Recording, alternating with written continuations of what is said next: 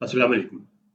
मेरा नाम असरफ रब्बानी ख़ान है और मेरा आज का जो लेक्चर है करियर मैनेजमेंट पे, this is the 8th lecture of 12th, 8वां लेक्चर है। आज हम बात करेंगे बर्न्ड आउट और लेड ऑफ पे। बर्न्ड आउट का मतलब ये है कि क्या आप काम करने में अपने बहुत ज़्यादा थक चुके हैं और ये क्या आपको किसी वजह से कंपनी से फ़ारिग कर दिया गया है? ये 2 मौज़ू पे हम बात करेंगे। बर्नआउट कंडीशन जो है ये एक सिंड्रोम है और ये कोई मेडिकल डायग्नोसिस नहीं है। बर्नआउट में इंसान थक जाता है, उसको काम करने का दिल नहीं चाहता है और लिहाजा उसकी प्रोडक्टिविटी कम हो जाती है और वो स्ट्रेस में आ जाता है और किसी भी काम को सक्सेसफुली मैनेज नहीं कर पाता। ये बर्नआउट की कंडीशन है। इसकी कई वजूहात हो सकती हैं। एक तो ये कि बहुत ज़्यादा काम और कम वक्त पे ज़्यादा काम अगर लेते हैं एम्प्लॉयर आपसे, या बिल्कुल भी काम नहीं है, या आपका जो सैलरी है, पैकेज, कंपनसेशन पैकेज वो कम है, आप उससे मुतमईन नहीं हैं, जो काम करने का आपका एनवायरनमेंट है, वर्किंग एनवायरनमेंट अच्छा नहीं है, हर वक्त डांट डपट होती रहती है, या आपके जो सुपरवाइजर हैं या जो मैनेजर हैं, मैनेजमेंट है, वो उतने अच्छे नहीं है जितने आप चाहते हैं और वो आपके मिजाज के मुताबिक नहीं है। और इसमें जो फीलिंग्स आती है वो थकन की फीलिंग होती है, एक हेल्पलेसनेस की फीलिंग होती है और ऐसा महसूस डिफीटेड फीलिंग होती है। डिटैच्ड अलोन आप रहते हैं, आपको किसी से मिलने जुलने की का दिल नहीं करता, तन्हाई पसंद हो जाते हैं, नेगेटिव आउटलुक रखते हैं ज़िंदगी के कि भाई मेरे साथ ही ऐसा क्यों हुआ, किसी और के साथ क्यों नहीं हुआ। कि मिसाल के तौर पर आपको ख्याल आएगा कि आप इतने तालीमी याफ्ता हैं लेकिन आपकी जॉब अच्छी नहीं है, आपका करियर अच्छा नहीं है, आपको ज़्यादा पैसे नहीं मिलते एंड सो ऑन। और आपको नींद नहीं आती रात में, आप जब सोना चाहते हैं तो आपको नींद नहीं आती, उसकी क्या वजह है? फिर भूख आपकी कम हो जाती है, या तो बहुत कम हो जाती है, बहुत ज़्यादा हो जाती है। डिमोटिवेशन रहती है, डिप्रेशन में रहते हैं आप, सर में दर्द रहता है, मस्कुलर पेन रहता है। ये सारे सिम्पटम्स हैं बर्नआउट के। और इमोशनल बर्नआउट जो है वो उसकी वजह होती है कि मोटिवेशन नहीं होता, डिप्रेशन होता है, experience feeling of self doubt, पता नहीं मैं ये काम कर सकूंगा कि नहीं, पता नहीं ये मुझसे होगा कि नहीं, तन्हाई पसंद होते हैं और एक ज़िंदगी में डिससैटिस्फैक्शन आती है।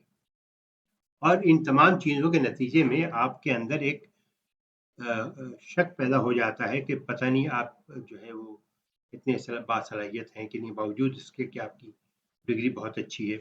काम को आप रोकने की कोशिश करते हैं, मतलब जिस दिन का काम होता है वो उस दिन नहीं करते आप, अगले दिन पे वो काम चला जाता है। छुट्टियाँ बहुत करते हैं, बीमार पड़ते हैं, सोशली तौर पर आप लोगों से मिलना-जुलना कम कर देते हैं, या ये कि आपकी जो रिस्पॉन्सिबिलिटीज़ हैं वो आप पूरी नहीं करते और फिर इस तरीके से आपको बाज़ औक़ात गुस्सा भी आता है और बहुत ज़्यादा आता है। अब इसमें मुख्तलिफ स्टेजेस हैं बर्नआउट के। एक तो हनीमून फेज़ है, जब आपको बर्नआउट बिल्कुल भी नहीं लगता, बड़े आप ऑप्टिमिज़्म के साथ काम कर रहे होते हैं और बहुत काम करते हैं, आप कम वक़्त में ज़्यादा काम करते हैं। ये आपका हनीमून पीरियड है। उसके बाद फिर जब आपकी जो एक्सपेक्टेशन है आपके बॉसेस की वो बढ़ती चली जाती है, तो आप स्ट्रेस में आ जाते हैं। पहले जितनी आपकी प्रोडक्टिविटी नहीं रहती और फिर ये स्ट्रेस जो है वो क्रॉनिक शक्ल अख्तियार कर जाता है कि आप हमेशा स्ट्रेस में रहते हैं। और फिर उसके बाद जो अगला स्टेज है वो बर्नआउट फेज़ है और उसके बाद आप मुस्तकिल तौर पे महीना, month by month, year by year आप जो है वो बर्नआउट फेज़ में स्टेबल हो जाते हैं और परमानेंट हो जाते हैं। और उसके बाद फिर अल्टीमेटली आपको फ़ारिग कर दिया जाता है कंपनी से। आप कहते हैं, आपको कहा जाता है कि भई आप चले जाइए, आपको रिज़ाइन करना पड़ता है। तो रिज़ाइन करने की और भी बहुत सारी जो वजूहात हैं, मेनली तो बर्नआउट है, लेकिन ये कि रीस्ट्रक्चरिंग हो रही है कंपनी में, तो उसमें जो लो परफॉर्मर हैं वो निकाल दिए जाते हैं। डाउन साइजिंग है या इकोनॉमिक माली तौर पर प्रॉफिटेबिलिटी कम हो गई है, मर्जर और एक्विजिशन है, बाई आउट्स हैं, रिलोकेशंस हैं। इन तमाम वजूहात की बिना पर कंपनी ये देखती है कि उनके एम्प्लॉइज़ में बॉटम पे कौन है। तो हर डिपार्टमेंट में जो आदमी बॉटम पे होता है, उसको ये फारिग कर देते हैं। अगर फिर मिसाल के तौर पर 10 डिपार्टमेंट है, तो जो 10 डिपार्टमेंट में जो बॉटम पे 10 आदमी हो तो निकाल दिया जाएगा। उसके बाद अगर मज़ीद की ज़रूरत पड़ेगी तो मज़ीद फिर 10 आदमी बॉटम से निकाला जाएगा। तो अगर मिसाल के तौर पर आपको फारिग कर दिया गया है, इसका मतलब ये है कि आपकी जो परफॉर्मेंस है वो बिल्कुल बॉटम पे है। तो कोशिश करें कि आपकी परफॉर्मेंस कभी भी बॉटम पे ना जाए और हमेशा आप टॉप पे रहें। अच्छा, ये अगर आपको लेड ऑफ कर दिया गया है तो उसकी अब क्या करना चाहिए आप?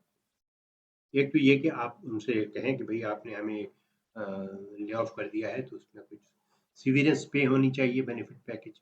मिसाल के तौर पर अक्सर कंपनियाँ जो हैं वो गोल्डन है हैंडशेक देती हैं। बाज़ कंपनी 3 साल की पे देती हैं, बाज़ 1 साल की पे देती हैं एंड सो ऑन इस तरीके से होता रहता है। जनरल मोटर्स में एक दफ़ा उन्होंने अपने वर्कर्स को एक पूरा उनका जो है वो डिवीज़न उन्होंने कार मैन्युफैक्चरिंग का जब बंद कर दिया, तो तकरीबन 3000 लोग जो थे वो अनएम्प्लॉयड हो गए। तो उन 3000 लोगों को उन्होंने कहा कि आप लोग रोज़ाना आ सकते हैं, आप आइए और तमाम कंपनियों को इन्फॉर्म कर दिया कि भई हमारे पास 3000 लोग फालतू हैं, जो लेना चाहें, हायर करना चाहें वो आप हमारी कंपनी में आइए और वो लोग रोज़ाना सुबह आते हैं, आप उनमें से सिलेक्ट करके आप ले जाइए। तो इस तरीके से जब तक वो तमाम लोगों को यानी 3000 के तमाम लोगों को जब तक दूसरी कंपनियों में जॉब नहीं मिली, तब तक जनरल मोटर्स ने उन तमाम लोगों को सैलरी दिया उसी तरीके से जैसे पहले देते थे। फ़र्क सिर्फ़ ये हुआ कि पहले वो काम करते थे, अब वो काम नहीं करते थे और आकर के सिर्फ़ हाज़िरी लगाते थे। तो आप ये करें कि ये माँगे आप कंपनी से या फिर अप्लाई करने की कोशिश करें, शुरू कर दें तमाम जगहों के ऊपर, जो आपकी क्वालिफ़िकेशन और एक्सपीरियंस के साथ मैच करती है जो जॉब वहाँ आप अप्लाई करें। आपके जो पुराने एम्प्लॉयर हैं वहाँ पे भी आप जा सकते हैं और उस उनको भी उनका रेफ़रेंस भी दे सकते हैं। अपने जो प्रोफ़ेशनल कॉन्टैक्ट्स हैं उसको आप एक्सप्लोर करें कि कहाँ पर आप उसको किस तरीके से इस्तेमाल कर सकते हैं। नई जॉब के लिए आप कोशिश करें लिंक्डइन प्रोफ़ाइल है, कवर लेटर है, रिज़्यूमे है, ये सारी अब रिज़्यूमे जो है उसको आप अपडेट करें। अक्सर मैं ये देखता हूँ कि जो जॉब मिलती है लोगों को, उसके बाद 5 साल बाद अगर वो ले ऑफ हो जाते हैं, तो वही जो 5 साल पुराना रिज़्यूमे है उसी को वो सर्कुलेट करते रहते हैं। ऐसा ना करें, अपडेट करें उसको और उसके बाद जो एक्सपीरियंस नया एक्सपीरियंस है, उसको उसमें ऐड करें और स्किल भी ऐड करें। अपनी फिज़िकल फ़िटनेस आपकी होनी चाहिए। अक्सर मैं देखता हूँ कि लोग जाते हैं और उसके बाद कंधा झुका करके खड़े हो जाते हैं, कमर झुक जाती है, जवान लड़कों की और एक पैर पे खड़े होते हैं, ऐसा नहीं होना चाहिए। इसलिए कि ये चीज़ें इंडिकेट करती हैं कि आपकी फिज़िकल फ़िटनेस सही नहीं है और आप ज़्यादा देर काम नहीं कर सकते, ज़्यादा मेहनत भी नहीं कर सकते। तो अगर आप जवान हैं, तो आप स्ट्रेट खड़े हों, बिल्कुल, दोनों पैरों पे और आपकी कमर भी स्ट्रेट होनी चाहिए, कंधा भी स्ट्रेट होना चाहिए, ताकि पता चले कि आपकी सेहत अच्छी है। एक्सरसाइज़ रूटीन करें आप, जितना ज़्यादा आप जो नेचर के साथ इंटरैक्ट करेंगे, यानी धूप है, गर्मी है, बरसात है, इनके साथ आप इंटरैक्ट करेंगे, तो आपकी सेहत अच्छी रहेगी। अपने स्लीप हैबिट को, नींद को आप इम्प्रूव करें। दोस्तों से अपने ताल्लुकात रखें, उनको विज़िट करें और उनके ताल्लुकात अच्छे होने चाहिए। अपने जो इनकम है, उसको आप ऑर्डर में रखें, जितना आपकी इनकम है, उसी लिहाज से आपके अखराजात होने चाहिए। अपने आप के लिए पर्सनल लेवल लेवल पे भी और प्रोफ़ेशनल लेवल पे भी कुछ गोल सेट करें आप कि आप मिसाल के तौर पर अगर आप किसी प्रोफ़ेशन में हैं, तो आप ये अपने आप एस्टिमेट करें कि 10 साल बाद आप क्या बन जाएँगे और फिर उसके हिसाब से अपने आप को तैयार करना शुरू कर दें। इनर सर्कल जो आपका है, वो उनके साथ आप कॉन्टैक्ट अच्छा रखिए और हमेशा उनका ख़्याल रखिए। एक विज़न आपके अंदर होना चाहिए कि ज़िंदगी का मकसद क्या है आपके नज़दीक? क्या पैसा कमाना ही सिर्फ़ मकसद है या मतलब ये कि एक सोशल स्टेटस चाहिए, दूसरों की खिदमत चाहिए, क्या करना चाहते हैं आप, वो आपको मालूम होना चाहिए। और हर पीरियोडिकली न्यू स्किल आपके अंदर होना चाहिए। आजकल जैसे डिजिटल मार्केटिंग के बहुत सारे स्किल्स हैं, पाइथन है, आर्टिफ़िशियल इंटेलिजेंस है और दूसरी चीज़ें हैं, तो वो आप देखें कि आप क्या कर सकते हैं और क्या आप लर्न कर सकते हैं।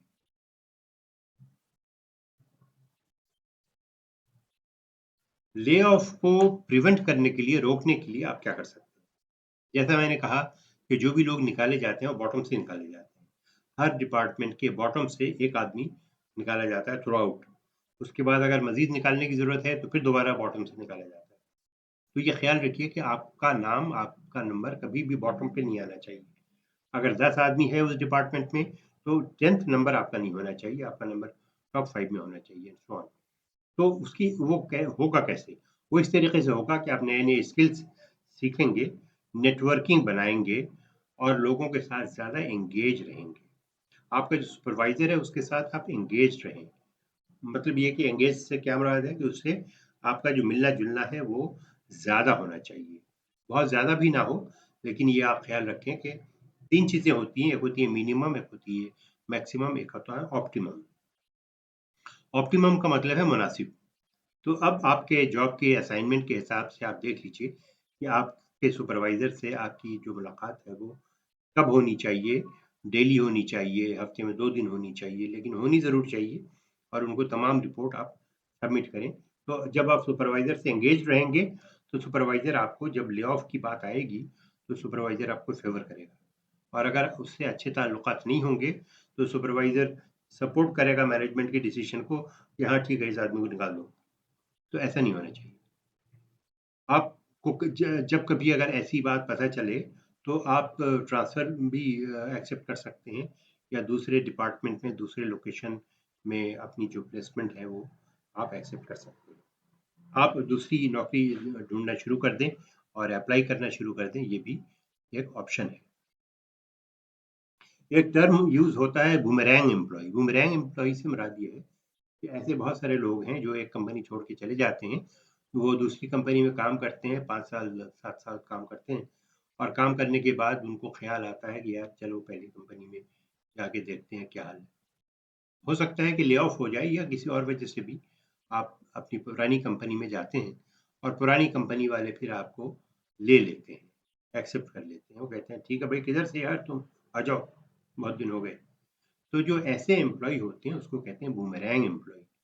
बूमरैंग की आपको अगर मालूम है, बूमरैंग की ख़ासियत ये होती है कि अगर उसको आप दूर फेंकते हैं, तो वो वापस आपके पास आ जाता है। इसको कहते हैं बूमरैंग। ये ख़ास किस्म का वो होता है लकड़ी से बनता है, पहले गाँव में इस्तेमाल होता था। तो ये बूमरैंग एम्प्लॉयी भी आप बन सकते हैं और अपनी पुरानी कंपनी में जहाँ पहले आप काम कर चुके हैं, वहाँ भी टाइम टू टाइम आप विज़िट करते रहें, ताकि आपकी रेपुटेशन वहाँ पे अच्छी रहे। Thank you.